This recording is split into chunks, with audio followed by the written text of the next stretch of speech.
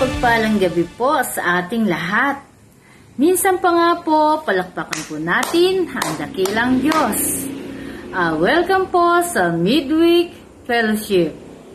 At bago po tayo tumuon sa ating pagtitipon, huwag po nating kalimutang i-like and share ang live streaming na ito sa ating mga kakilala at mga kaibigan. Sige po, sabayan na po natin ang Anointing Band. Hallelujah, hallelujah, hallelujah. Come on, let everything that has breath praise the Lord. Praise. Hallelujah. Let everything that has breath praise the Lord. Praise the Lord. Let everything that has breath praise the Lord. Praise the Lord. I praise in the valley. I praise in the mountains. I praise when I'm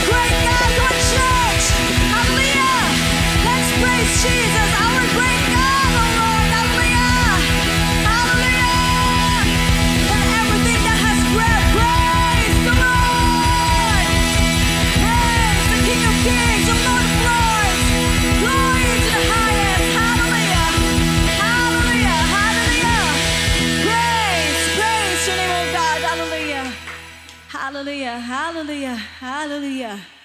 Praise the mighty name of Jesus.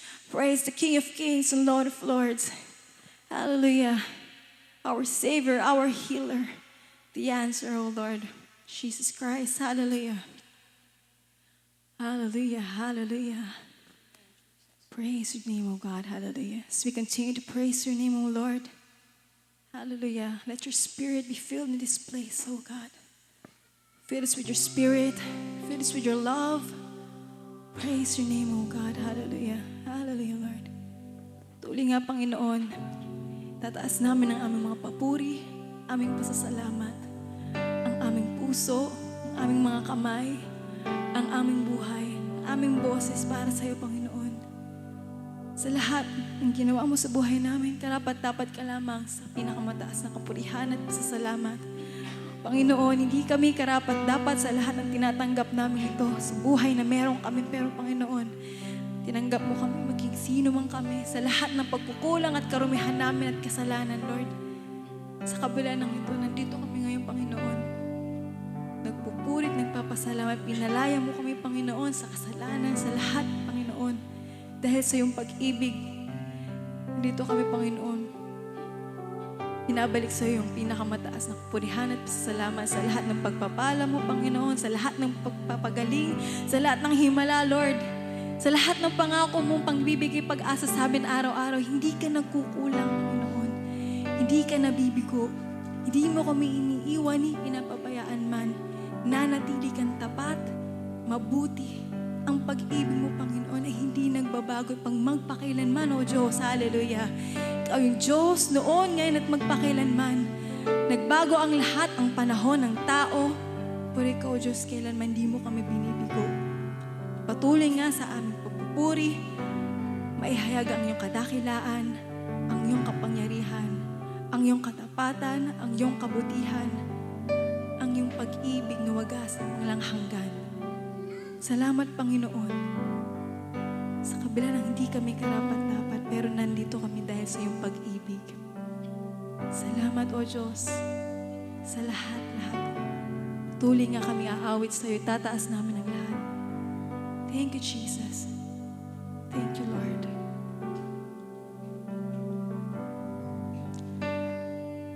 Jesus.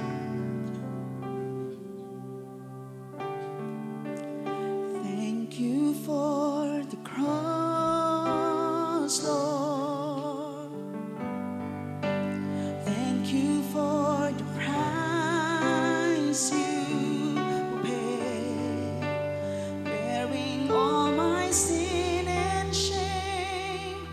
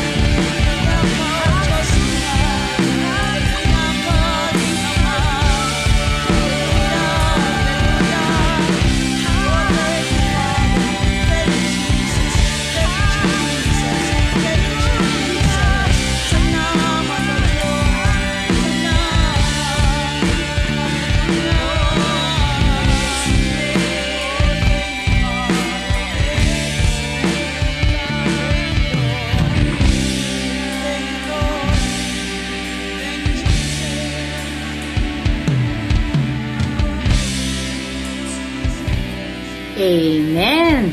Maraming salamat po sa mga awiting pagsamba at pagpupuri. At ngayon naman po, tayo ay dadako na sa pinakamahalagang parte ng ating pagtitipon, ang pakikinig ng mabuting balita mula kay Kristo.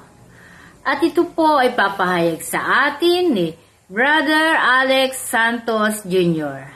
sa series na Certainty Amidst Uncertainties. Sa topic na Jesus is the fulfillment of God's promises.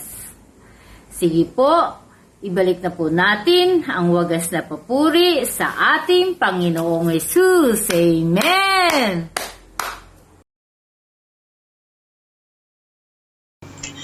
Isang mapagpalang araw na naman po sa ating lahat na ngayon po ay nakasubaybay sa ating pong midweek fellowship.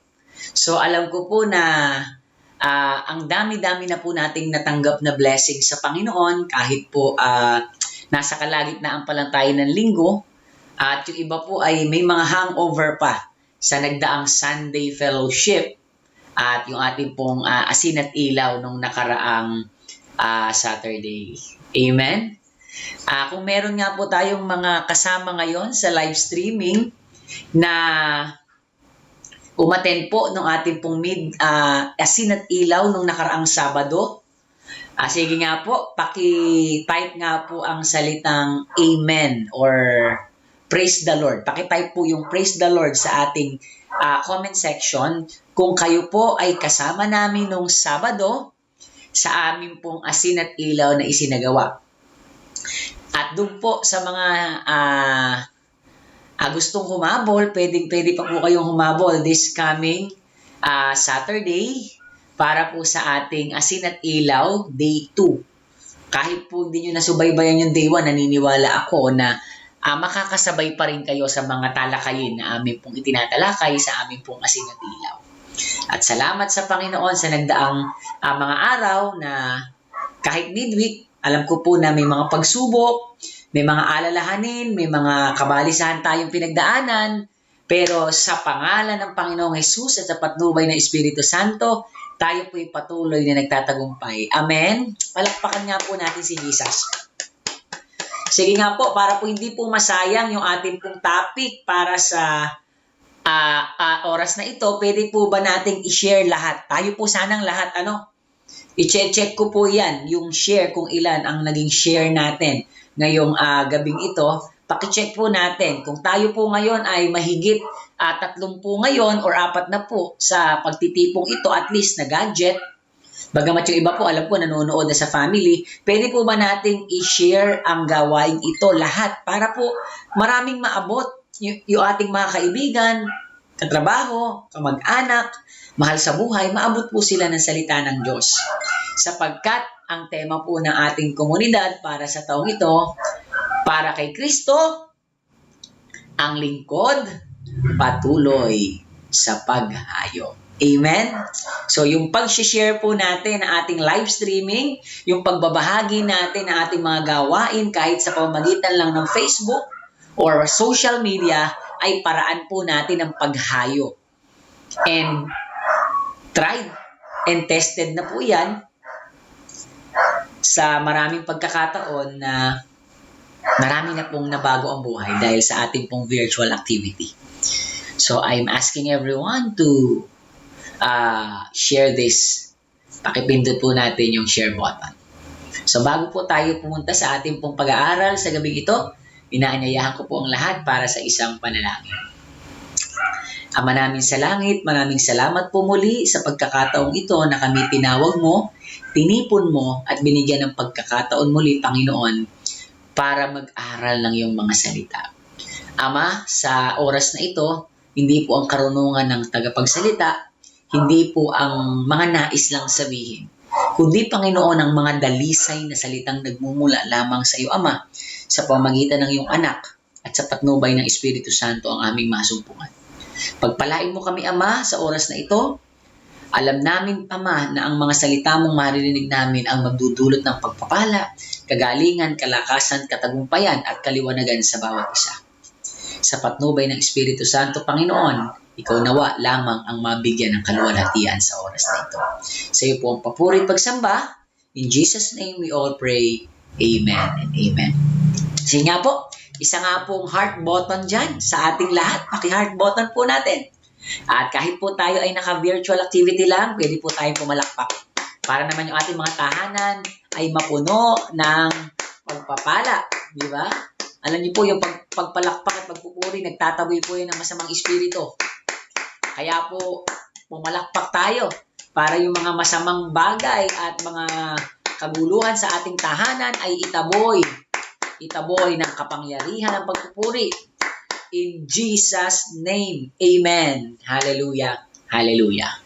So tayo po, kahit po tayo ay nasa ikalawang set na, tayo pa rin po ay nasa seryeng Certainty Amidst Uncertainties. So second part na po ito ng ating series na Certainty Amidst Uncertainties. At para po sa oras na ito, ang ating pong paksa ay ukol sa topic na Jesus is the fulfillment of God's promise or promises. So, alam ko po yung topic natin ay napakaganda. Kaya talagang gusto ko po na sana i-share natin. Dahil ako po, nung ginagawa ko to, I'm so blessed to share habang inaaral ko. What more? Sa oras na to, nagtitipon tayo. 2-3 sa pangalan ng Panginoon. Niwala tayo. Blessing will flow through our activity in this gathering. Amen? So, nung mga nakaraang linggo po, naging maliwanag sa atin na ano ba yung uncertainty? So, sabi nga natin, according to Stanford University, uncertainty is inherent in life. The reality of our everyday existence is that things change every day. Even when we wish that they would stay,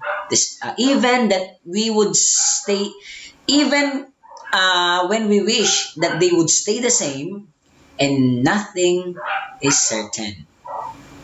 Random events can and do happen when we're unprepared to deal with the fallout. So yung title pa lang, nakita na natin, ang mundo po natin ay punong-puno ng kawalang kasiguraduhan. Ang kawalang kasiguraduhan po ay normal, inherent na sa buhay na ito. Habang narito tayo sa daigdig, pangyayari, tao, pera, karanasan, lugar, wala pong sigurado dyan. Why? Because things change every day. Lahat kasi ng nasa paligid natin na nakikita, nahahawakan, naaamoy, naririnig, all things that is tangible to our naked eyes are bound to change. Nagbabago po yan. So dahil nagbabago lahat, ibig sabihin walang permanente. At dahil walang permanente, uncertainty is normal. And nothing can ever be certain sa mundong ito. Kaya nga may aksidente, di ba? May mga pangyayari sa buhay natin na nadi-disappoint tayo kasi binigay naman na natin yung best natin, binigay na natin lahat ng makakaya natin, pero bakit nabigo pa rin tayo? Yung bang parang galing na galing ka sa sagot mo sa interview. Husay na husay ka sa pagsasagot ng exam. Pero bakit sa huli we were disappointed? Hindi tayo natanggap sa trabaho. Hindi tayo pumasa sa exam. Hindi natin nakuha yung gusto nating posisyon. Kahit we are assured of what we have given as an effort. Kasi nga, random events can do happen. At talagang ang kontrolado lang kasi natin, sarili natin, minsan nga hindi pa. Yung ibang tao. Nagbabago ka na, nagbabago din sila. Ang mundong ginagalawan din natin ay nagbabago. So, everything in this world is uncertain. At yan po ay inaffirm din ng Bible. Kaya nga hindi tayo pwedeng magtiwala sa mga bagay sa daigdig na ito eh.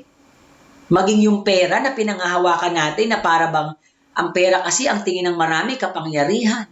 Ang pera ang tingin ng marami ay ability para maging stable, maging tahimik ang buhay mo, maging sabi nga ay stable. Pero ano sabi? Kawikaan 23:5, pwede ba natin pagkatiwalaan ng kayamanan ang pera sa sanlibutang ito? Sapagkat madaling mawala ang kayamanan. Kahit ano pong itinuturing nating kayamanan, basta nandito lang yan sa mundong ito, nawawala yan. Pera. Kung ang tinuturing mo'y kayamanan, relasyon. Kung ang tinuturing mong kayamanan ay tao. Kung ang tinuturing mong kayamanan ay kasikatan. Kung ang tinuturing mong kayamanan ay mga pagkilala sa iyo ng mundo. Ang sabi, madaling mawala ang kayamanan. Ito'y simbilis ng agila sa paglipad sa kalawakan. So kahit yung bagay minsan na nasa harap na natin at hawak natin, na pinagmamalaki natin, na yaman na nasumpungan natin, hindi pa rin daw po natin pwedeng pagkatiwalaan kahit pwede daw yang mawala, kagaya at simbilis ng agila na lumilipad sa kalawakan. Bakit ganon? Bakit naging ganon ang trend ng mundo? Isa po sa naging dahilan kung bakit ganon ang naging trend ng mundo, iyan po'y bunga ng kasalanan. Kaya lahat bound to decomposition. Lahat ng may buhay bound to decomposition. Lahat ng bagay bound sa pagkasira. Bakit? Kasi yung kasalanan, ang sabi, ang kabayaran ng kasalanan ay kamatayan. So, isa sa malaking factor kung bakit yung mundo na puno ng walang kasiguraduhan ay nagdudulot sa atin ng kalungkutan at kabalisahan, kasi nga, yung kasalanan, ang kabayaran, kamatayan. Alam naman po natin yung kasalanan pumasok sa sanlibutan eh. At alam niyo po, walang pwedeng magmalaki sa harapan ng Diyos na hindi ako kasali dyan sa magbabayad ng kasalanan. Kasi ang sabi, ang lahat ay nagkasala. So, kung ang lahat ay nagkasala at ang kabayaran ng kasalanan ay kamatayan, lahat tayo ay saklaw noong sistema ng sanlibutan na walang kasiguraduhan. Kaya nga ano sabi, 1 John 5:19, take note of this, people of God.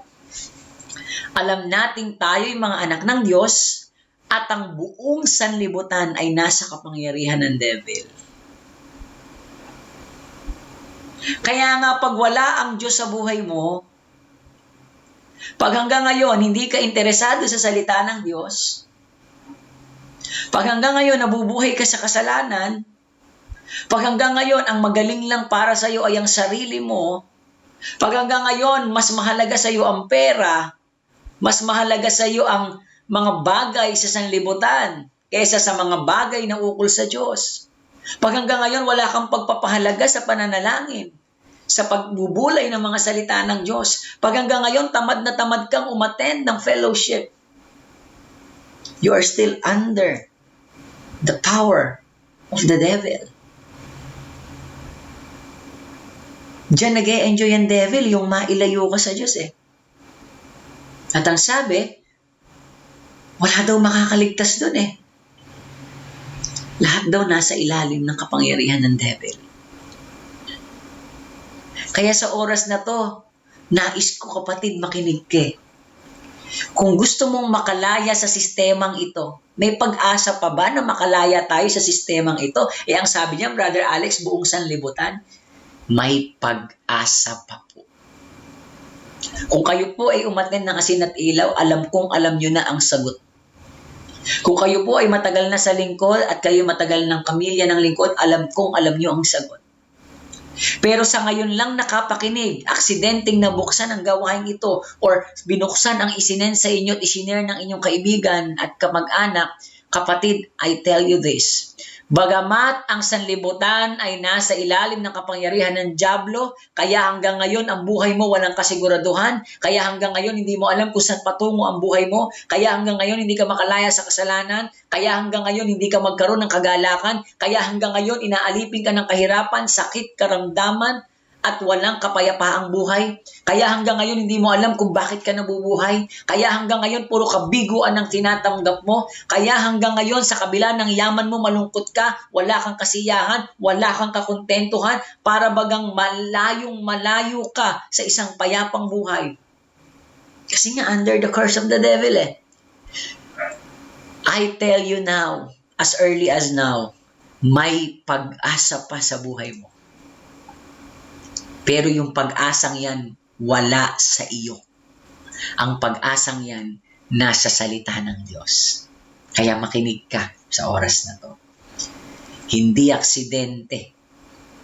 Sa maraming walang kasiguraduhan sa daigdig na ito, isa ang sigurado ko. Hindi aksidente nakikinig ka ngayon. Dahil may mensahe sa iyo ang Diyos. Mahalaga ka sa Diyos eh. Kaya gusto kang kausapin ng Diyos para bigyan ka ng pag-asa at palayain ka sa sanlibutang punong-puno ng kasalanan, sa sanlibutang punong-puno ng kapahamakan, sa sanlibutang punong-puno ng walang kasiguraduhan dahil naaalipin ng kapangyarihan ng devil. Amen? Kaya nga mga kapatid, ano sabi? Kaya kung titignan natin, dahil ang buong sanlibutan ay nasa ilalim ng kapangyarihan ng devil, makikita natin kung sino talaga ang culprit eh. Sino talaga ang may pakana ng lahat ng gulo sa mundo eh. Makikita natin kung sino talaga ang dahilan kung bakit nagkakagulo ang lahat eh. Kung bakit hindi nagkakasundo eh. Kung bakit ang mga politiko hanggang ngayon alipin ang pagnanakaw. Kung bakit maraming tao hanggang ngayon makasarili. Mapanlamang sa kapwa at gumagawa ng kasalanan. Ito talaga ang may kasalanan, yung devil, kasi nasa ilalim ng kapangyarihan niya. Sabi kaya nga, mga kapatid, kung bubulayin natin ng malalim ang salita ng Diyos, ang sabi, Efeso 6:12, sapagkat hindi tayo nakikipaglaban sa mga tao. Kung titignan po talaga natin, hindi naman talaga tao yung kalaban natin, bagamat ang nananakit sa atin tao. Ang nagdi-disappoint sa atin tao, tama ba? Kung ikaw ay babae o lalaki na nasa relasyon na niloko ka ng jowa mo, ang nanakit sa'yo yung jowa mo. Ang nagtraidor yung girlfriend mo, yung boyfriend mo. Ang nanakit sa'yo, asawa mo. Ang nagtraidor sa'yo, kaibigan mo. Ang nanlamang sa'yo, katrabaho mo. Ang hanggang ngayon, ang iipit sa'yo, boss mo. Ang hanggang ngayon, kung bakit ang Pilipinas hindi makalaya sa magandang buhay, sa mahirap na buhay, kasi yung mga politiko. Di ba? Yang mga tao na yan. Yan ang nananakit sa atin. Yan ang nagpaparana sa atin ng hirap. Pero ang sabi ng salita ng Diyos, hindi daw tayo nakikibaka sa mga tao. Kasi nga, may greater power behind these people. Merong umaalipin sa mga taong ito na nananakit sa atin at nagpapahirap sa atin. Kaya niliwanag ni Paul, hindi daw po tayo nakikipaglaban sa mga tao. Saan tayo nakikipaglaban? Sa mga pinuno. Pero mga kapatid, yung mga pinuno po na to, ibig sabihin, mamaya makita nyo, sino ba itong mga pinuno na to? Mga pinuno, mga may kapangyarihan, mga tagapamahala ng kadiliman. Umiiral sa sanlibutang ito sa mga hukbong espiritual ng kasamaan sa himpapawid. Hindi po tao ang tinutukoy ditong pinuno, may kapangyarihan at kadiliman. Ito palang mga pinuno, kapangyarihan, tagapamahala ng kadiliman na kalaban natin ay hukbong espiritual ng kasamaan sa himpapawid. Sa ibang salin po, sa celestial world, sa heavenly world, realm, sa spiritual realm. Yung nanakit pala sa iyo, biktima siya ng pagkaalipin ng kasalanan dahil inaalipin siya ng devil. Yung palang nanlalamang sa iyong kaibigan or katrabaho, alipin pala siya ng devil. Kaya niya nagawa yun.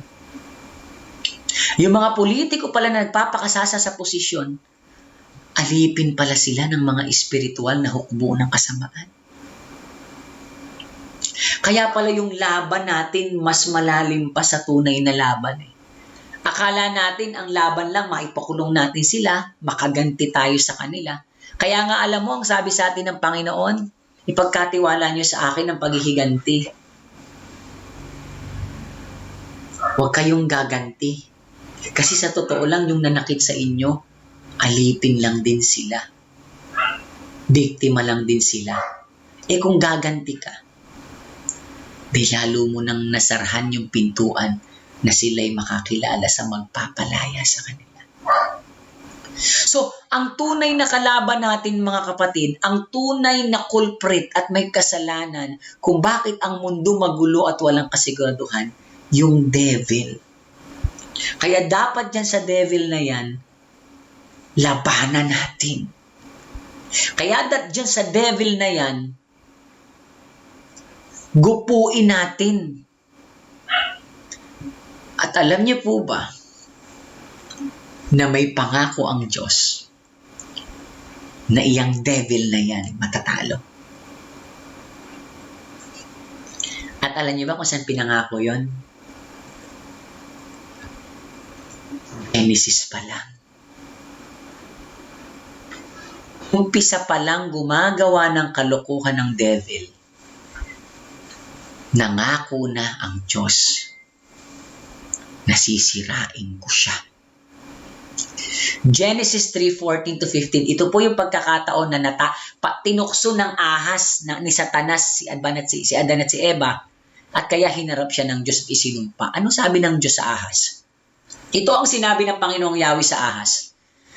Sa iyong ginaway may parusang dapat, na ikaw lang sa lahat ng hayop ang magdaranas.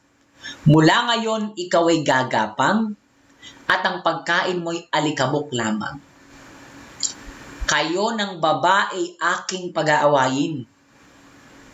Binhi mo't binhi niya'y laging paglalabanan. Ang binhi niya, ang binhi ng babae, ang dudurog sa iyong ulo. At sa sakong niya'y ikaw ang tutulog. Nag-uumpisa pa lang gumawa ng kalokohan at ng kasamaan ng dyablo nang tuksuhin niya si Adan at si Eva, tinanggap na kagad ng dyablo ang malaking pagkatalo. Sinaysay na kagad ng Diyos na darating ang panahon sa pamamagitan ng binhi ng babae, sa pamamagitan ng binhing ipinangako, dudurugin niya ang iyong ulo. Wawasakin ka niya. You see? Dito pa lang, nangako na ang Diyos na ang diablong umaalipin sa atin ay may hangganan ang kanyang paghahari. Dito pa lang ipinakita na ng diablo, ng Panginoon, na ang diablo, once na dumating yung binhi, magsisimula na niyang maranasan ng pagkatalo. Amen. Kasi ito ang may kasalanan talaga, yung devil. Kaya ito dapat ang labanan natin eh. Kaya pala, Genesis 3 pa lang, nag-uumpisa pa lang ang Biblia, pinakita na kagad, inassure na kagad tayo ng Panginoon na itong devil na gumugulo ng buhay nyo, darating ang panahon, pag dumating ang binhi, tuturugin ko yan. Imagine nyo, sisimula pa lang ng kwento si Satanas ng kanyang pagre-rebelde sa Diyos, nakatadhana na ang kanyang pagkatalo. Kaya mga kapatid, hindi panghabang buhay ang paghihirap na pinagdaraanan natin. Kung nakikinig ka ngayon, at isa ka doon sa nakikita mong walang kapag-apag-asa, now is the time for you to gain hope sa Panginoon. Pagtiwala ka sa Diyos na sa oras na to, tutulungan ka niya at ililigtas ka niya na durugin ang diablong umaalipin sa iyo. Palakpakan nga po natin ang ating Panginoon. Alam niyo po, binanggit ulit ng Panginoon tong binhi sa Genesis 22. Ano sabi? Ako'y nangangako sa pamamagitan ng aking pangalang Yahweh. O ito na. Nangako na ang Diyos sa pangalan niya kasi wala naman ang masihigit pa sa pangalan niya. Kaya nga the name above all name Hindi pwedeng, wala naman. Kaya ang Diyos nung nangako, hindi na sa ibang pangalan, sa pangalan niya kasi that's the name above all name So ito, sinelyo na ng Diyos yung pangako. Ginawa na niyang pangako, talagang sumumpa na siya. Nangangako ako. Amen? Hindi na lang niya sinabi to sa devil na ikaw ay sinusumpa ko. Ngayon, ipinapangako na niya sa atin ngayon. Nangangako ako sa pangalan kong Yahweh. Sapagat hindi mo ang kausap si Abraham, ang sabi kay Abraham, sapagat Abraham, hindi mo ipinagkait sa akin ang kaisa-isa mong anak, pagpapalain kita. Ang lahi mo ay magiging sindami ng bituin sa langit at ng buhangin sa dagat. Sasakupin nila ang lungsod ng kanilang mga kaaway sa pamamagitan ng iyong lahi. Alam niyo po bang yung lahi dito na salita? Yung iyong lahi dito na salita. Pag kinuha po natin yung root word nito sa original na pagkakasalin, seed. Kaya nga sa ibang salin to inapo, sa pamagitan ng iyong inapo, sa pamagitan ng binhi na manggagaling sa iyo. At alam niyo po ba, yung lahi po sa Bible, maraming iba't ibang pagparaan ng paggamit. Mayroong plural, may singular. Pero dito po sa pagkakataong ito, yung seed na nire-represent at binabanggit ng Bible, it was used as a singular. Isa lang ang tinutukoy dito. And I believe it's the same seed na sinabing dudurog kay Satanas.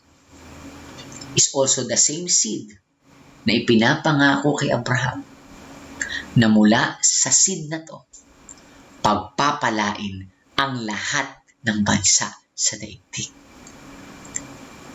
Yung sinasabi kaninang sanlibutan na nasa ilalim ng kapangyarihan ng devil, when the seed comes,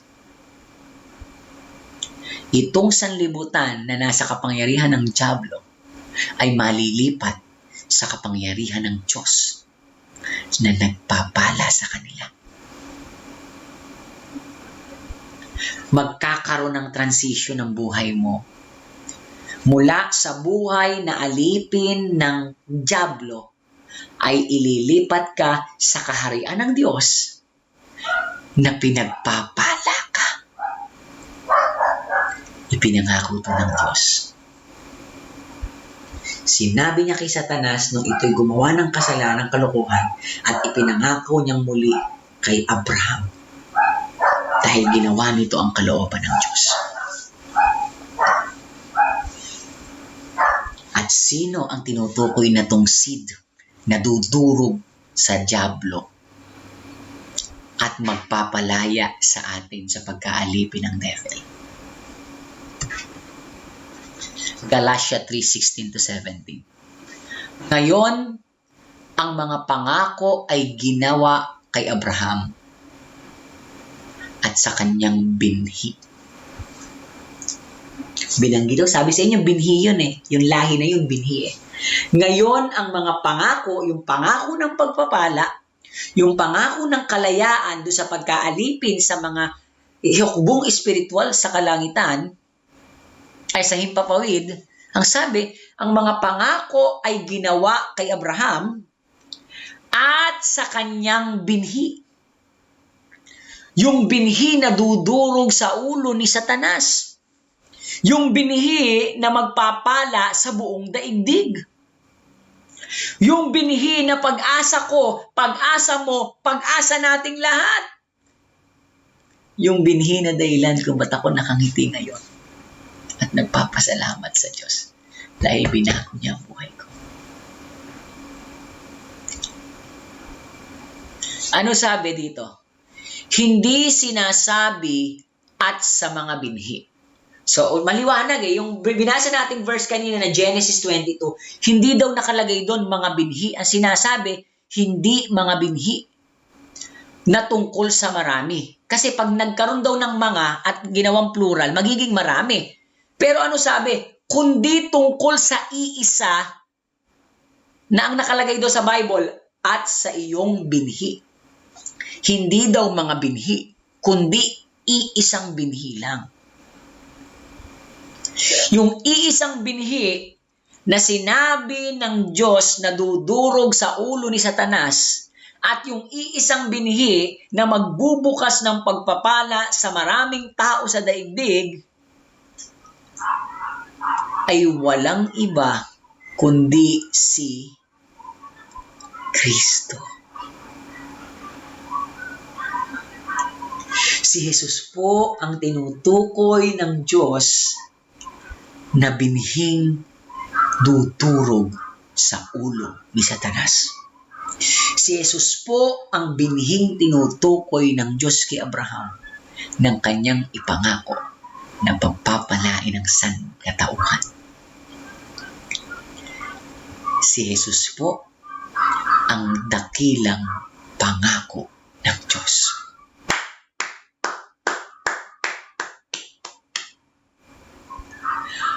Yung pag-asa mo na magpapalaya sa iyo sa pagkaalipin sa devil, sa buhay na walang kasiguraduhan, sa buhay na alipin ng kasalanan, sa buhay na punong-puno ng kaguluhan, kahirapan at kawalang kapayapaan, na ang nagdudulot niyan ay ang paghahari ng devil sa buhay mo. Ngayon din, kung sasampalataya ka, durog ang diablo umaalipin sa iyo. Papasok ang masaganang pagpapala sa buhay mo. He is the greatest promise of God. Mga kapatid, ang pinakadakilang pangako ng Diyos na ipinangako niya noong una pa man nang nagsisimula pa lang gumawa ng kalokohan ng diablo, nang tuksohin niya si Adan at si Eva, doon pa lang binanggit na ng Diyos ang kanyang pinakadakilang pangako. Amen? Ang pangako ng pagkatalo ng diablo. Ang pangako ng paghahari ng iisang hari ng lahat. At ang kanyang pangalan ay Jesus. Alam niyo po, nung ipangako ng Diyos yung pagkatalo ni Satan sa Genesis, at nung mangako ang Diyos kay Abraham sa Genesis 22, maraming dumating na mga tupak, may mga dumating na iba't ibang tipan. Dumating ang kautusan, amen? Na inakala ng tao baka ito na yung sagot para makalaya ako sa hirap. Ito na siguro yung sagot para magkaroon ako ng pagkakataon na pagpalain ng Diyos kung susunod ako sa kautusan. Maraming dumaan na tipan at isa nga sa pinakasikat na dumaan ay yung tipan ng kautusan. Pero basahin natin yung verse 17. Ito ang ibig kong sabihin. Ang kautusan na dumating pagkaraan ng 430 taon, 430 years. Nung dumating ang kautusan nung ibigay ang pangako ng binhi kay Abraham. Diba? Ipinangako si Jesus. After daw ng pangako na yon, dumaan ang 430 years. Doon sa 430 years, after nun, dumating ang kautusan. Pero kahit daw dumating ang kautusan, ano sabi? Hindi nagpapawalang bisa sa tipan na dati nang pinagtibay ng Diyos. Kahit dumating daw ang kautusan, hindi nawala ng bisa ang pangako ng Diyos na darating ang binhi na magpapalaya sa atin. Hindi daw nito mapawawalang saysay ang pangako tungkol kay Kristo. Amen? Kaya nga, ano sabi ni Jesus Christ, nung kausap niya yung mga Hudyo, sabi ni Jesus Christ sa mga Hudyo, sinasaliksik ninyo ang mga kasulatan. Mula Genesis, di ba? Hanggang sa aral ng mga propeta, sinasaliksik nyo yan. Sa pag-aakalang doon ninyo matatagpuan ang buhay na walang hanggan. Sa pag-aakalang sa pagsasaliksik ninyo ng kautusan, doon kayo makasusumpong ng kalayaan sa kasalanan, ng katagumpayan. Sa pag-aakalang doon yung matatanggap ang mga pangako ng Diyos. Pero sabi ni Kristo, hindi nyo ba alam? Ang mga kasulatang iyan ang nagpapatotoo tungkol sa akin. Yung mga Hudyo daw, mula panahon ni Moises hanggang sa panahon ni Kristo, hanap ng solusyon para magkaroon ng kasiguraduhan sa buhay. Hanap ng solusyon, hanap ng paraan para magkaroon ng buhay at kaligtasan, pero hindi nila masumpu-sumpungan. Pero may nababasa naman silang mga pangako ng pagpapala, pangako ng kalayaan, pangako na isang araw ang Israel muling titipunin at bibigyan ng buhay. May mga pangako, ang dami nilang binabasang pangako. Ang hindi nila malaan, paano nila matatanggap yung pangako? Punong-puno ng pangako ang Bible. Sabi ni Jesus Christ, alam niyo ang kulang? Yung daan para masumpungan ng pangako. Yung magbubukas ng pintuan ng langit, yun ang hindi nyo alam kung sino. Kaya saliksik kayo ng saliksik, pero hindi nyo ba alam, ang mga kasulatang iyan ang nagpapatotoo tungkol sa akin. From Genesis to Malakayas, lahat ng libro ni Moises, lahat ng libro ng mga propeta, lahat ng nasusulat sa kawikaan at mga awit, lahat ng aklat ng lumang tipan, ang sabi, lahat ng kasulatang yan na sinasaliksik ninyo kung hindi lang kayo bulag, yan ay nagpapatotoo tungkol sa akin, sapagkat nasulat lahat ng yan para ihanda ang pagdating ng pinakadakilang pangako ng Diyos, and His name is Jesus Christ. Kaya yung mga kumukutya sa mga Christian na puro kayo Jesus, puro kayo Jesus, puro kayo Jesus, totoo naman Sabi ni Jesus, yung Bible daw na sinasaliksik ninyo mula lumang tipan hanggang bagong tipan, tungkol sa Kanya. Yun pala yun kung bakit ang daming tao kahit nagsisimba at nakikinig ng salita ng Diyos, parang walang nangyayari sa buhay nila kasi baka mamaya nagsasaliksik ka nga ng kasulatan pero ang sinasaliksik mo hindi tungkol kay Kristo. Baka ang nasasaliksik mo pagsunod sa kautusan. Baka ang nasasaliksik mo mga pangakong hindi pala para sa iyo. Mga kapatid, kahit anong ganda ng nababasa mo sa Biblia, pag hindi mo alam ang daan, ang buhay at katotohanan, hindi mo masusumpungan ang mga pangako ng Diyos. At sino ang daan? Sino ang buhay? Sino ang katotohanan?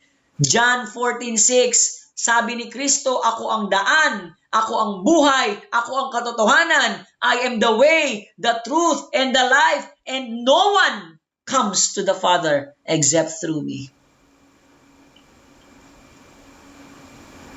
Dapat lahat ng taong nagsasaliksik ng buhay, ang dapat masumpungan, walang iba kundi si Jesus Christ. Because He is the greatest promise of God.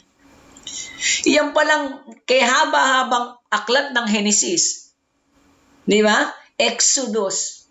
Yan palang paglalakbay ni Moises at pagpapalaya niya sa mga Israelita patungo sa lukang pangako, iyan ay anino lamang ng tungkol kay Kristo.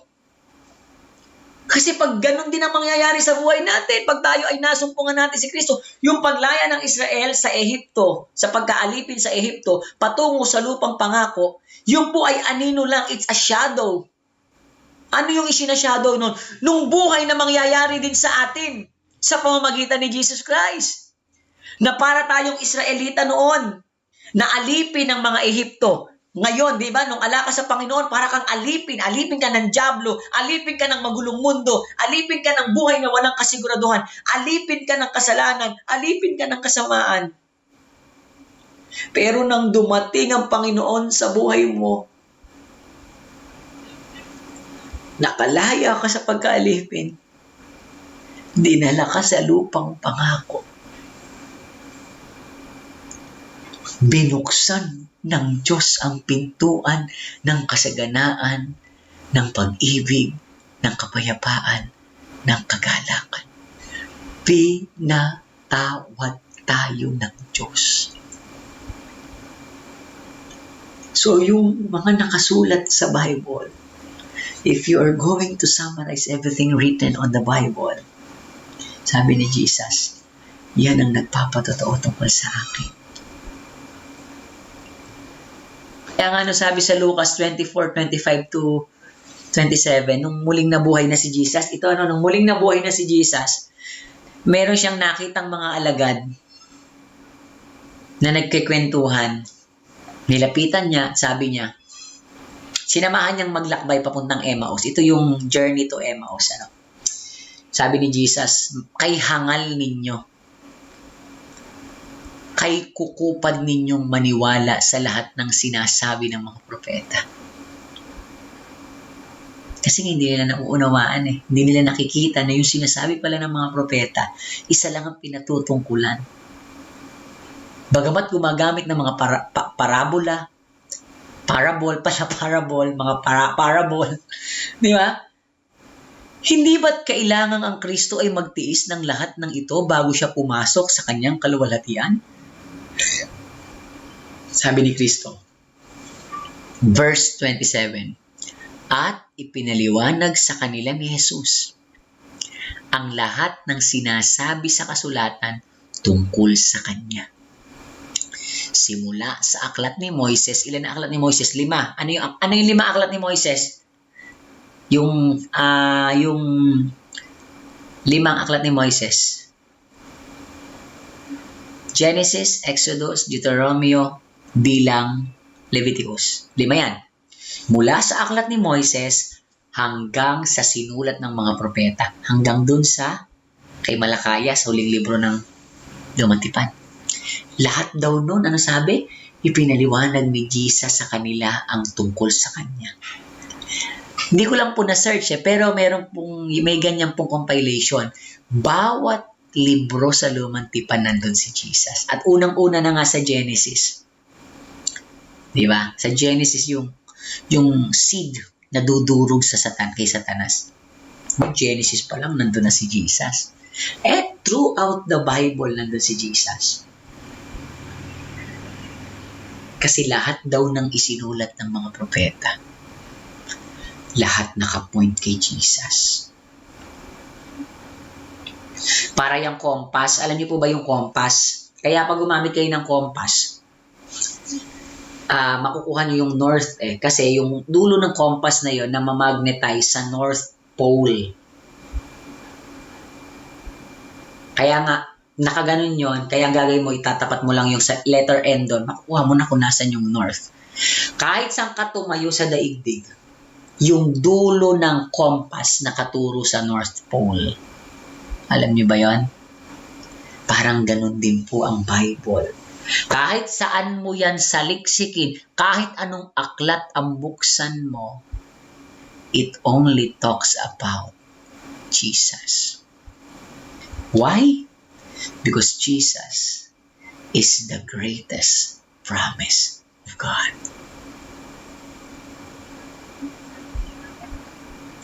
Kaya nga, maraming bahagi sa Bible at pinili ko po yung Isaiah 54 na isang pangako na kung saan ito ay magaganap lamang pag dumating ang katuparan ng pangako ng dakilang pangako. Ang sabi sa Isaiah 54, Israel, ang katulad mo'y asawang iniwan ng ngayoy nagdurusa.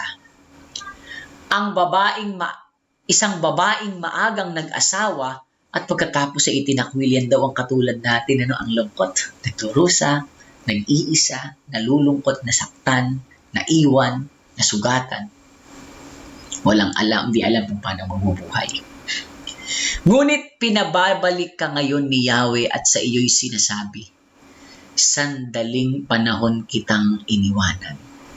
Ngunit dahil sa tapat kong pag-ibig, muli kitang kakalingain. May pangako ng muling pagkalinga. Sa tindi ng aking galit, sandali akong lumayo. Lumayo naman talaga ang Diyos Kaya nga naging magulo ang mundo Ngunit ipadarama ko sa iyo ang aking kahabagan sa pamamagitan ng pag-ibig na wagas. Iyan ang sabi ni Yahweh na magliligtas sa iyo. Yan ang sinabi ni Yahweh na nagmamahal sa iyo. Amen. Palakpakan nga po natin ang Panginoon. So may pangako pala ang Diyos Darating ang panahon, makakalaya tayo sa kapangyarihan ng dyablo na umaalipin sa atin. At ano sabi? Noong panahon ni Noe, Isaiah 54, tuloy natin ang pagbasa, ako ay sumumpang hindi na mauulit na ang mundong ito'y gunawin sa tubig. So nung panahon daw ni Noe, alam niyo yung Noah's Ark na bumaha ng 40 days, di ba?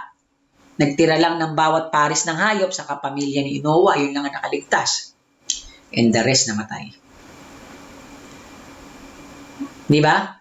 And after that, after po nung pagbaha, nagpadala ang Diyos ng rainbow. At ang sabi ng Diyos, yung rainbow na yan, ang katunayan na hindi ko na muling gugunawin ang mundo sa tubig. Kaya mga kapatid, yung mga mahilig diyang manood ng mga apocalyptic movie na ang tungkol ay paglubog ng mundo sa tubig, hindi na po mangyayari yun. Kasi sinabi ng Diyos yun, certain yun. Hindi na po. Hindi po totoo yun. Kayo matakot sa mga ganun.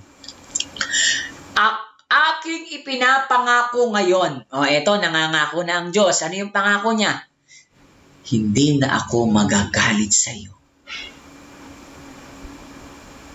Mawawala na tayo sa sumpa ng galit ng Diyos. Hindi na kita paparusahang muli. Patatawarin na tayo ng Diyos. Maguguho ang mga bundok at ang mga burol. Mayayanig, ngunit ang wagas na pag-ibig ko'y hindi maglalaho. Mananatili ang kapayapaang aking ipinangako. Yan ang ipinasasabi ni Yahweh na nagmamahal sa iyo. Yan po ang pangako ng Diyos. Kailangan lang yung pangako na yan mabuksan. At sino magbubukas? Yung pinakadakilang pangako. Yung pinakadakilang ipinangako ng Diyos na darating. Sino yun? Si Jesus Christ. Kaya nga diba ito Isaiah 54? Kaya ito ipinangako sa Isaiah 54, may nangyari sa Isaiah 53. Ano nangyari sa Isaiah 53? Pinangako ng Diyos ang pagdating ng kanyang dakilang lingkod. Ano sabi doon sa dakilang lingkod? Sino tong lingkod na to ng Diyos? Kalooban ni Yahweh na matulad sa isang halaman ng kanyang lingkod. So isa lang ang tinutukoy dito, isang lingkod lang. Parang ugat na natanim sa tuyong lupa. Diba? Sino kayang lingkod dito? Walang katangian o kagandahang makatawag pansin. Walang taglay na pang-akit para siya lapitan. Sino ba tong lingkod na to? Ito ang alam ko sa lingkod na to, ito yung anak ng karpintero. Ito yung nung unang Pasko isinilang sa sabsaban. Isinilang sa kulungan ng mga hayop at inihiga sa sabsaban. Pero sa kabila ng lahat ng yon, lahat ng kapayakan, ng kasimplihan, sa kabila na siya ay walang katangian o kagandahang makatawag pansin, still, hinandugan pa rin siya ng mga pantas ng mga alay para sa isang hari, para sa isang Diyos, at para sa isang tagapagligtas, di ba? Para sa isang hari, ginto. Para sa isang Diyos, insenso. Para sa isang tagapagligtas ay mira. Di ba? Si Jesus po ang tinutukoy ditong lingkod. Kahit naman nung lumaki siya, di ba? Napakasimple niya manamit. Hindi naman siya nakatira sa palasyo. Sila nga ay naglalakad lang back and forth ng kanyang mga disipulo. Simpleng karpintero. Si Jesus po yung tinangako dito. The greatest promise of God. At ano daw ang nangyari kay Jesus? Hinamak siya ng mga tao. Itinakwil. Nagtana siya ng hapdi at hirap. Ngayon po, yung mga kapatid nating Katoliko, kahit naman tayo, inaalala natin ngayon, pumasok na tayo sa Kwaresma dahil nag-Ash Wednesday na. Sana po yung tunay na bida ng mahal na araw kilala natin. Yung iba kasi ang ginagawang bida pag mahal na araw yung sarili. Sila yung nagpapakahirap. Sila yung nananakit sa kanilang katawan. Sila yung nagpapapako sa krus. Sila yung naghahampas dugo. Sila yung nagtitiis. Hindi naman po tungkol sa atin ang mahal na araw. Ang Kwaresma po ay tungkol sa sakripisyo ng ating tagapagligtas. Tungkol kay Jesus, ang dakilang pangako ng Diyos. Hinamak siya. Tinakwil. Nagdana siya ng hapdi at hirap. Wala man lang pumapansin sa kanya. Binaliwala natin siya na parang walang kabuluhan. Yan ang ginawa, yan ang pinagdaanan ni Jesus. Bakit nangyari lahat ng to? Sabi dito, unay ngang inalis niya ang ating mga kahinaan. Pinagaling niya ang ating mga karamdaman. Yung palang pinagdaanan niyang panghahamak, pagtatakwil, hapdi, hirap, yung bagamat siya anak ng Diyos, tiniis niyang walang pumapansin sa kanya, walang nagpapahalaga sa kanya, na ang sigaw pa ng mga tao, palayain si Barabas, parusahan si Kristo, Jesus, binaliwala, minura, pinawalang kabuluhan natin siya. Pero bakit nangyari yun? Kasi gusto niyang alisin ang ating kahinaan. Pinagaling niya tayo sa ating karamdaman. Amen! Palakpakan nga natin si Jesus. So, paano hindi siya ang magiging pinakadakilang pangako? Dahil kay Kristo, lahat ng hindi maganda sa atin napalitan ng maganda. Yung kahinaan na wala. Yung karamdaman pinagaling. Pero nung panahon niya, ano ang sabi ng tao? Inakala pa rin na iyo'y parusa ng Diyos sa kanya. Pero hindi, ano sabi? Ngunit dahil sa ating mga kasalanan ko. Kasalanan mo yan. Siya ay nasugatan. Siya'y binugbog dahil sa ating kasamaan. Salamat po, Panginoon. Yun lang ang gusto kong sabihin. Salamat. Kasi sa totoo lang, dapat tayo yung mabantad sa kahihiyan. Tayo yung gumawa ng masama. Tayo yung nanglamang. Tayo yung nangloko ng kapwa. Tayo yung sumagot sa magulang. Tayo yung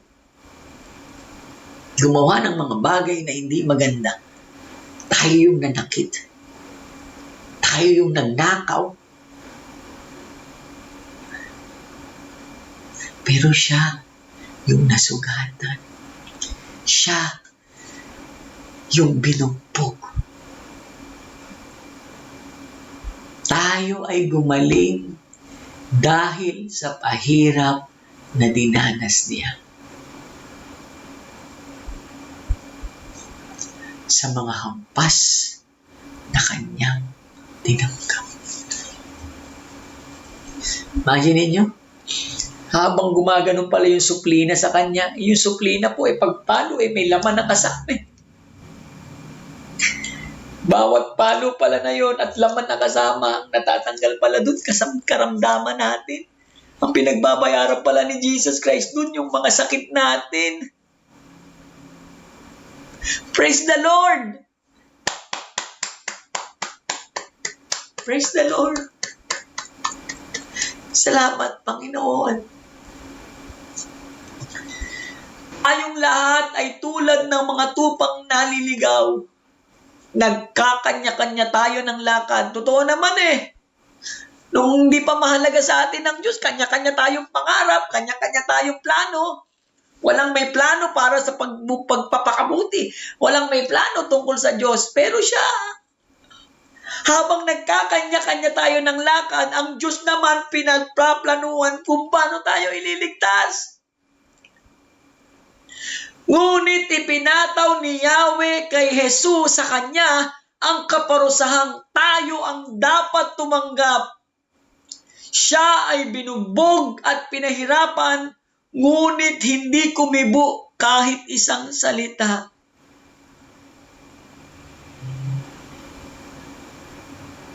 Tulad ay tupang nakatakdang patayin, parang korderong hindi tumututol kahit nagupitan, at hindi umiimik kahit kaunti man.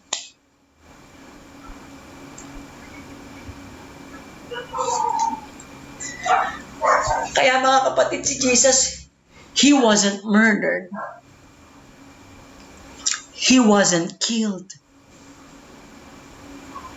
Hindi po pinagplanuhang patayin lang si Kristo. Hindi rin po siya pinatay lang.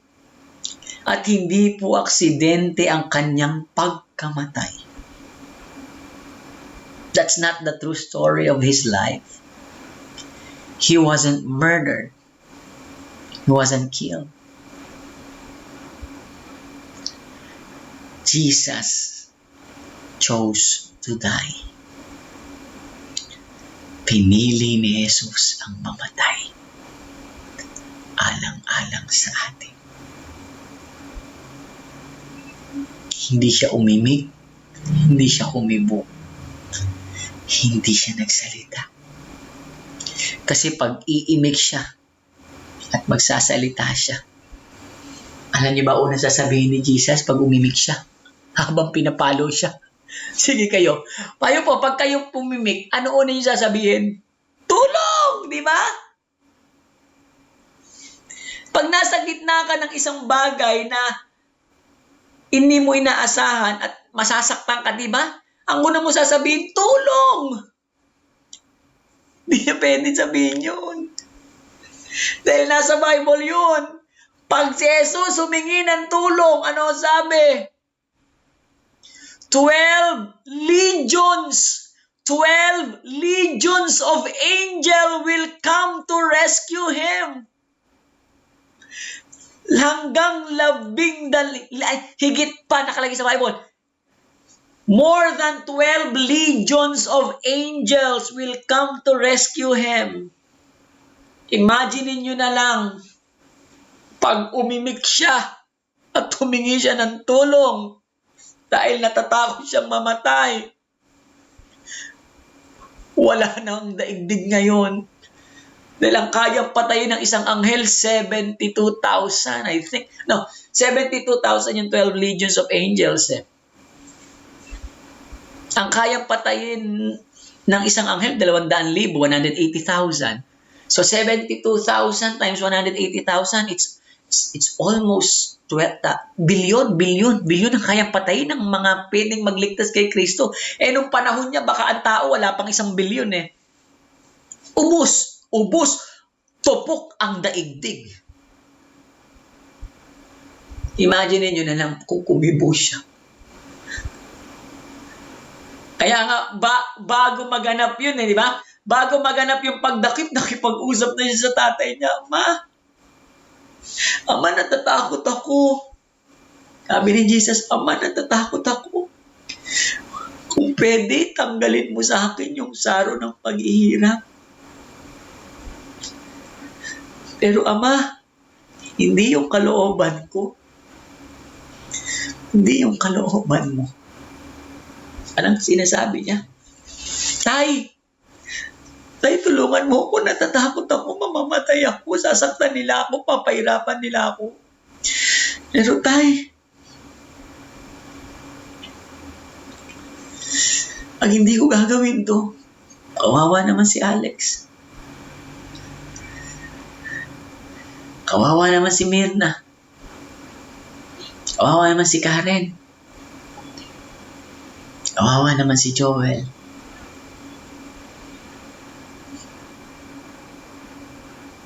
Kaya, mangyari ang kalooban mo. Kaya nung sinasaktan siya, nung pinahihirapan siya, nung pinagbubuhat siya ng krus, nung hinubaran siya, nung pinako siya, nung sinaksak siya dito, hindi siya kumibo para humingi ng tulong. Kasi kung gagawin ni Jesus yun, ubos tayong lahat.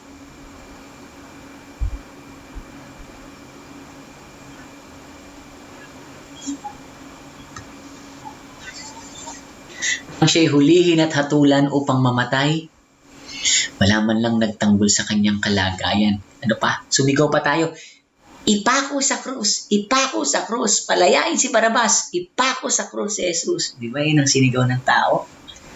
Siya ay pinatay dahil sa sala ng sangkatauhan. Siya'y inilabing na kasama ng masasama at mayayaman. Kahit na siya'y walang kasalanan o nagsabi man lamang ng kasinungalingan. Sinabi ni Yahweh, ang kanyang paghihirap ay kalooban ko. Ang kanyang kamatayan ay handog para sa kapatawaran ng kasalanan. Dahil dito'y mabubuhay siya ng matagal, makikita ang lahing susunod sa kanya. Sa pamagitan niya ay maisasagawa ang aking panukala. Sa pamagitan niya ay maisasagawa ang aking panukala. Meaning, because He is the greatest promise, all other promises of God will come after Him. Ibig sabihin nun. Dahil si Jesus ang dakilang pangako ng Diyos, ang pinakadakilang pangako ng Diyos, lahat ng mga dakilang pangakong kasunod niya ay darating din sa buhay mo pag tinanggap mo siya. Pagkatapos ng mahabang pagdurusa, muli siyang lalasap ng ligaya, muli siyang mabubuhay. Malalaman niyang hindi na wala ng kabuluhan ang kanyang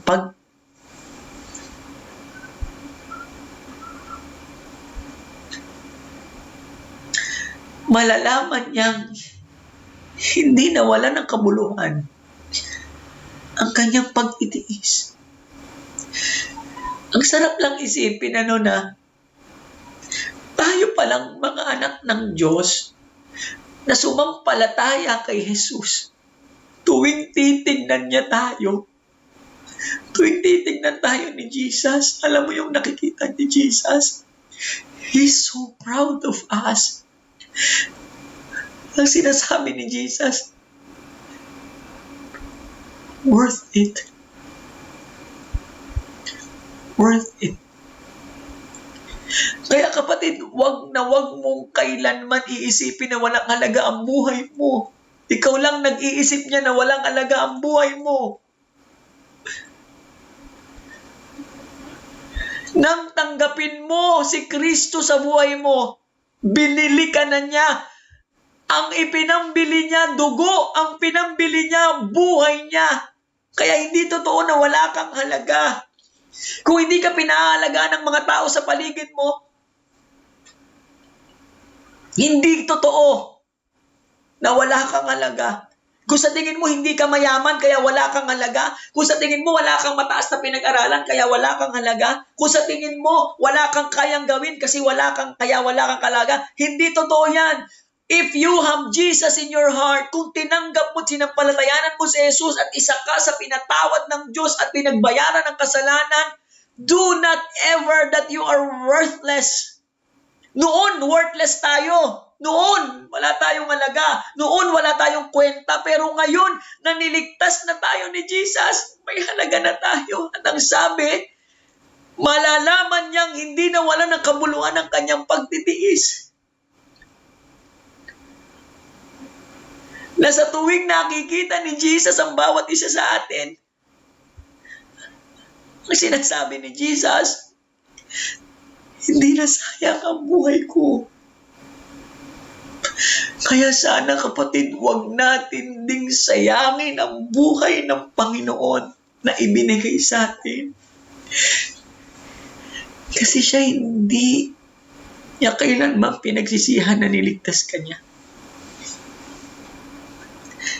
Kailanman hindi pinagsisihan ni Jesus. Siya'y namatay para sa atin.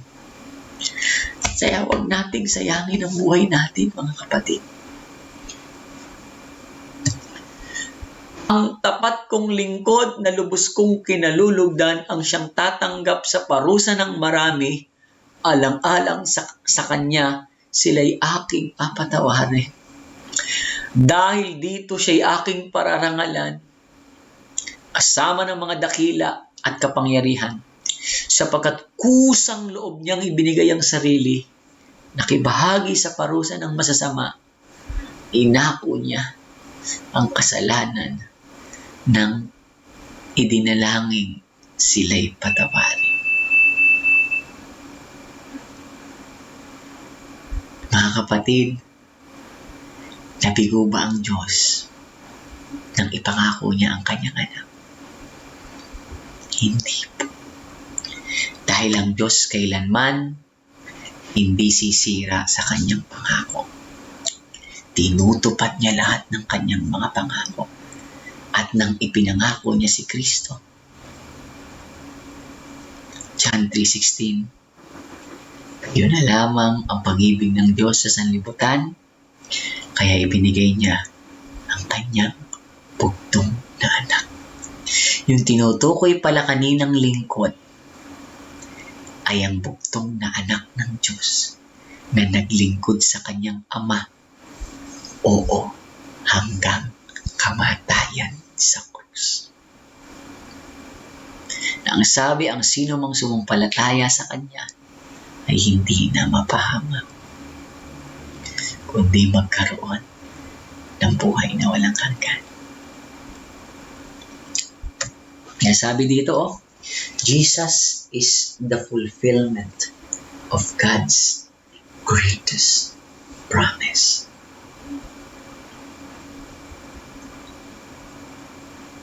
Sa mga kapatid ko po sa lingkod, huwag niyong akalain na kaya kayo masaya, kaya kayo masagana, kasi masipag kayo, kasi mabait kayo, kasi matalino kayo, kasi magaling kayo. Hindi iyan ang dahilan kung bakit kayo masagana at masaya ngayon. Si Jesus ang tunay na dahilan ng buhay nyo. Kayo din mga kapatid na naghahanap ng solusyon sa buhay nyo ngayon. Hindi po kung ano-anong bagay sa sanlibutan ang sagot. Si Jesus po ang kailangan nyo. Huwag po kayo ditong maghanap sa mundo. Kasi ang mundo po walang kasiguraduhan. Sabi natin kanina, di mo walang kasiguraduhan. Huwag niyo pong hanapin sa relasyon. Sa babae, sa lalaki. Baka mapunta ka sa maling relasyon. Huwag niyo pong hanapin sa pera. Kasi ang pera nawawala, nananakaw, naubos. Huwag niyo pong hanapin sa kayamanan. Huwag niyo pong hanapin sa pangarap. Yung pangarap po, nawawala. Yung pangarap, pag nandun ka na, magtatanong ka sa sarili mo, o nandito na ako, para saan lahat ng to? Para saan lahat ng yaman ko? Para saan lahat ng kasikatan ko? And worse, dahil nga ang mundong ito walang kasiguraduhan, baka mapunta ka pa sa mali. Sa Diyos mo hanapin ang kaligayahan. Ang mga pangarap mo ay iyong makakamtan. Dahil ang sabi, ito ang pag-ibig, hindi sa inibig natin ng Diyos, kundi tayo ang inibig niya at isinugo niya ang kanyang anak, ang katuparan ng pinakadakilang pangako ng Diyos. Natunayan ng Diyos ang kanyang pag-ibig sa atin nang mamatay si Kristo para sa atin nung tayo'y makasalanan pa. Kaya mga kapatid, ano sabi sa John 1:12-13, ito yung tinanggap mo na pinakadakila nang dumating si Kristo sa buhay mo. Ngunit ang lahat ng tumanggap at nanalig sa Kanya ay pinagkalooban niya ng karapatang maging anak ng Diyos.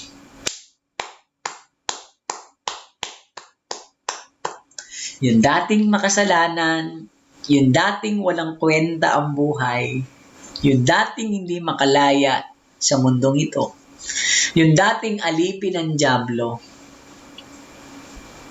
anak na ng Diyos dahil kay Kristo.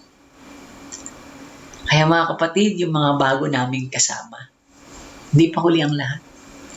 Kaya ka ngayon naririto at nakikinig. Gusto kang ampunin ng Diyos.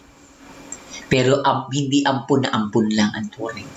Gusto kang maging anak ng Diyos.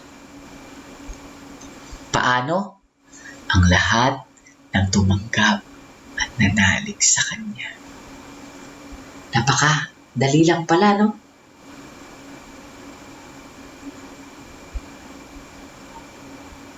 Kailangan mong sumampalataya. Paano ka sasampalataya? Ano sabi? John 20:31. Ngunit ang mga nakasulat dito ay isinulat, yung Bible nakasulat, upang kayo'y sumampalataya. Ayun. Sasampalataya pala tayo. Paano? Sumampalataya na si Jesus. So, dapat pala ang tuon ng pananampalataya kay Jesus. So, kay Jesus mo na isusuko ang buhay mo, ibig sabihin nun. Simula ngayon, mananalig ka na kay Jesus. Ang ibig sabihin ng mananalig kay Jesus, isusuko mo lahat kay Jesus ang buhay mo. Paano mong isusuko? Bakit mo kailangang isuko? Kasi nakalagay dito, si Jesus ang Kristo. Pag tinanggap mo si Jesus na Kristo, ibig sabihin tagapagligtas. Ibig sabihin, isusuko mo na ang buhay mo sa Kanya, hindi ka nalalaban dahil hindi mo kayang patawarin ang sarili mo, so siya ang magpapatawad sa iyo. Ibig sabihin ng Kristo, na hindi ka na magpapakahirap mag-iligtas ang sarili mo kasi hindi mo kayang iligtas ang sarili mo. Ang kailangan mo, tagapagligtas. Ang ibig sabihin na sasampalataya ka kay Jesus bilang Kristo, marami kang kasalanan, marami kang pagkukulang, maraming mali sa buhay mo, kailangan mo nang magliligtas sa buhay mo. Kaya Kristo. Pag sinabi kasing Kristo, tagapagligtas, ang itinalagang tagapagligtas. Ang anak ng Diyos, ano ibig sabihin nun? Walang imposible sa Kanya. Kaya anuman ang kailangan mo, kapatawaran, bagong buhay, kalayaan sa kasalanan, mga imposible, katuparan ng pangarap, makalaya sa kahirapan, kaya yan ni Kristo. Bakit? Anak siya ng Diyos Kaya nga ibig sabihin ng sasampalataya kay Jesus bilang Kristo at anak ng Diyos ay pagsusuko mo ng buong buhay sa Diyos. Na simula sa oras na ito, siya na magpapatakbo ng buhay mo. Simula sa oras na ito, simula sa pagkakataong ito, hindi na trabaho, hindi na tao, hindi na kayamanan, hindi na pangarap, hindi na sarili mo ang uunahin mo. Magiging sentro na ng buhay mo ang Panginoong Hesus. Pag sinabing sentro ng buhay mo, lagi ka nang makikinig ng salita ng Diyos. Kung dati nagtatrabaho ka hanggang linggo, yung linggo ngayon sa Diyos. Kung dati aga-agang gumising, gabing-gabi kung humimlay, ngayon hindi. Eto lang ang trabaho ko. After nito, sa Diyos na ako. Hindi ka na nagkukumahog na yumaman. Kundi nakasalalay na sa Diyos ang buhay mo, siya na magpapayaman sa iyo.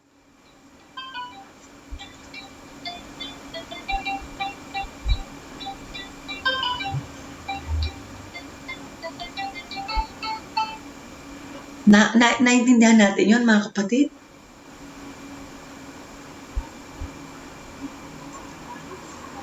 Kaya sana po, nalik na tayo. Kasi pag may pananampalataya, punong-puno ka na ng katiyakan at paninindigan. At ang sabi po, kung naibigay niya sa atin, ang sabi, hindi niya ipinagkaitsa ang sarili niyang anak, kundi ibinigay para sa ating lahat. Kung naipagkaloob niya sa atin ang kanyang anak, hindi ba niya ipagkakaloob sa atin ang lahat ng bagay kasama ang kanyang anak?